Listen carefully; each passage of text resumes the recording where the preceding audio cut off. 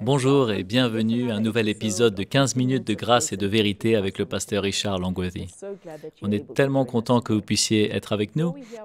Avant qu'on entende la parole de Dieu, chantons ce chant d'adoration au Seigneur. With my whole heart, I will bless you. With my whole life, I will serve you. With all that I am and have and long to be, I worship you. So make my whole life as living worship unto you. With my whole heart, I will bless you. With my whole life, I will serve you. With all that I am and have and long to be, I worship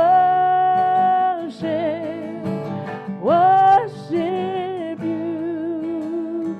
So make my whole life as living worship unto you. With all that I am and have and long to be, I worship you. So make my whole life as living worship unto you. Worship unto you. Worship unto you.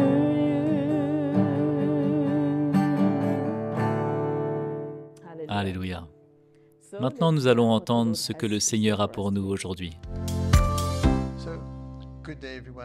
Bonjour à tous et bienvenue encore à un nouvel épisode passionnant de 15 minutes de grâce et de vérité. Nous espérons vraiment que ces petites pépites qu'on sort de la parole de Dieu et que nous partageons avec vous, qu'elles vont pouvoir rester avec vous et qu'elles vont pouvoir ajouter à votre foi dans votre marche avec le Seigneur. Aujourd'hui, j'aimerais parler de ce sujet, de ce que le Seigneur a voulu dire quand il a dit « Si quelqu'un veut être mon disciple, qu'il se charge de sa croix et qu'il me suive. » Donc laissez-moi démarrer par Luc et on va lire dans quelques versets, au chapitre 9, au verset 22. Il fallait que le Fils de l'homme souffre beaucoup, qu'il soit rejeté par les anciens, par les principaux sacrificateurs et par les scribes, qu'il soit mis à mort et qu'il ressuscite le troisième jour. Donc il leur explique ce qui va se passer. Puis il leur dit quelque chose qui va vraiment les prendre par surprise. Et il leur dit, si quelqu'un veut venir après moi, souvenez-vous, ils ont été avec lui pendant plus de 3 ans. Et maintenant, il change un peu la dynamique. Il dit qu'il renonce à lui-même, qu'il se charge chaque jour de sa croix et qu'il me suive. Car celui qui voudra sauver sa vie la perdra, mais celui qui la perdra à cause de moi la sauvera. Je vais m'arrêter là.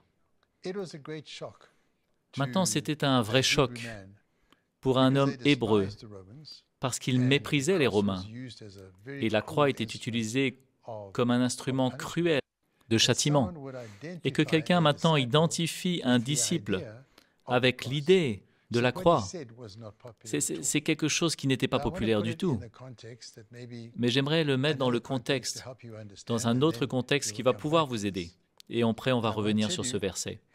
Et j'aimerais vous dire une histoire vraie. Au début du siècle dernier, dans les 1902 ou 1903, il y avait un homme, un équilibriste, et ce qu'il a fait, c'est qu'il a tendu un câble en acier au-dessus des chutes du Niagara. Et il l'a bien tendu, et tout le monde est venu pour le regarder.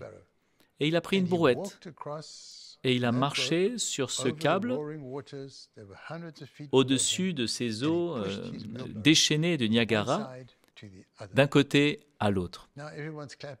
Maintenant, tout le monde applaudissait, ils sont tellement heureux de voir cela.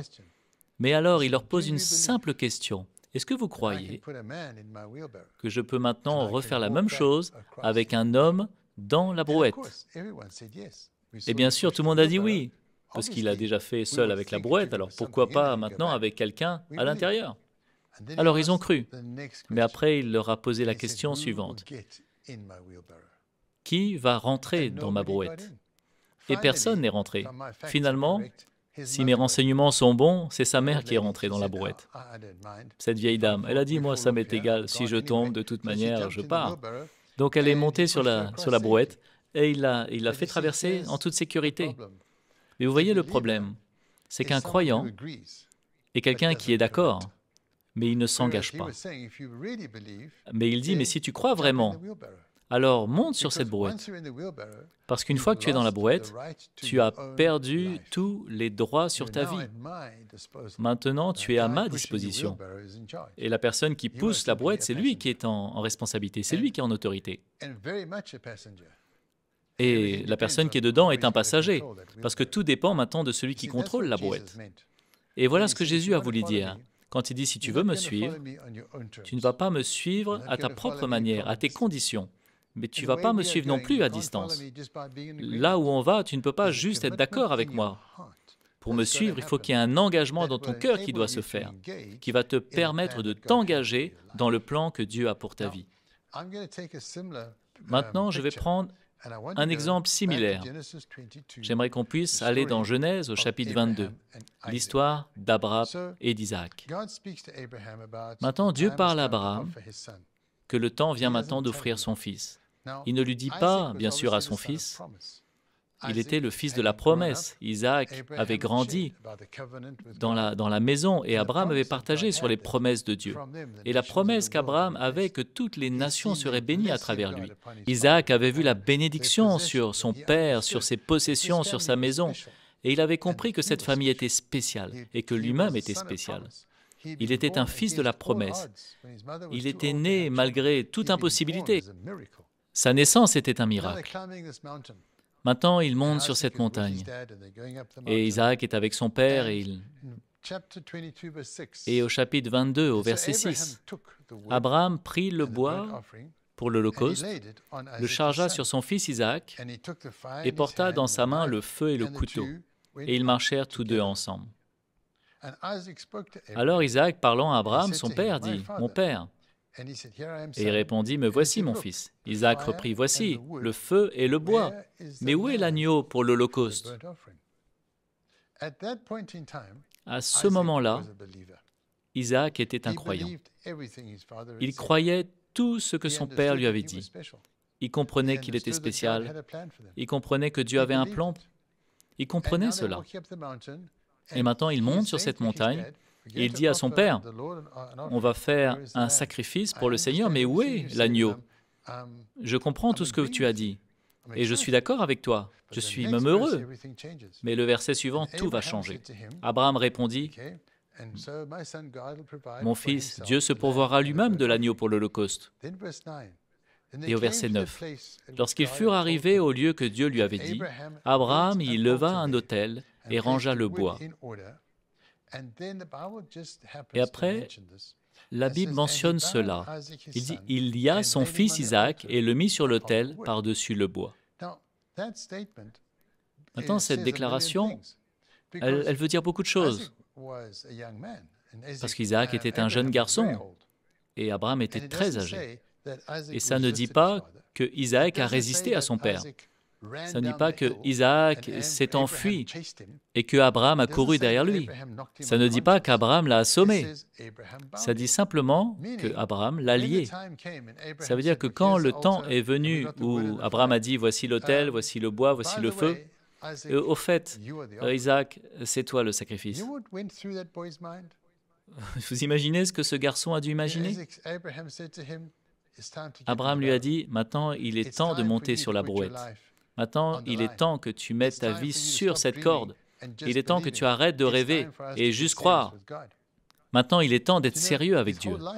Alors là, toute sa vie a défilé. Devant lui, toutes les promesses, tout ce qu'il avait entendu, tout a défilé. Et pourtant, qu'est-ce qu'il a fait? Il s'est laissé volontairement lier par son père. Volontairement, il s'est laissé mettre sur cet autel. Volontairement, il était prêt à mourir.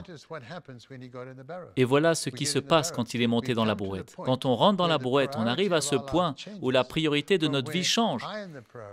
De là où j'étais la priorité, mais maintenant ma vie appartient au Seigneur.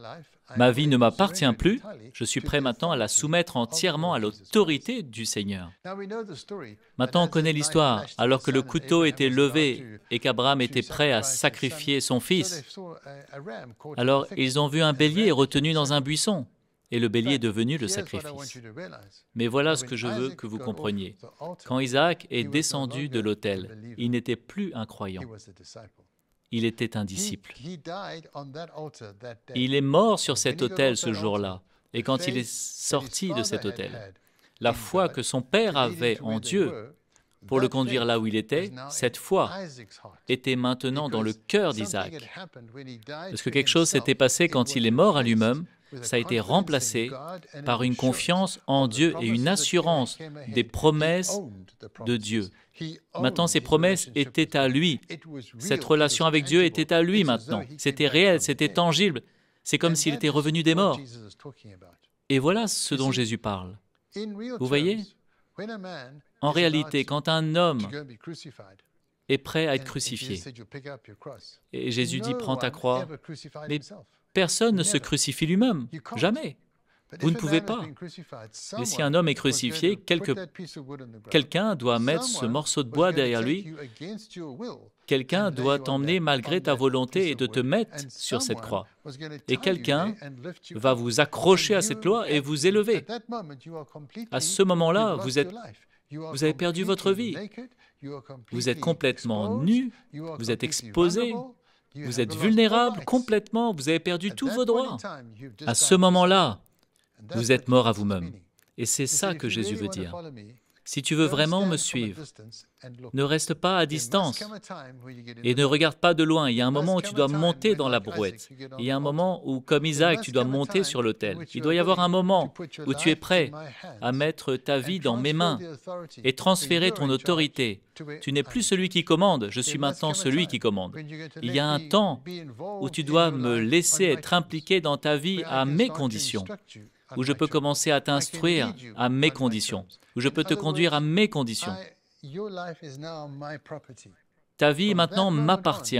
À partir de ce moment-là, toi et moi, nous marchons ensemble dans une nouvelle dimension. Il y a quelque chose qui se passe, que dans nos cœurs, il y a cette opération qui se fait. C'est plus que d'être sauvé.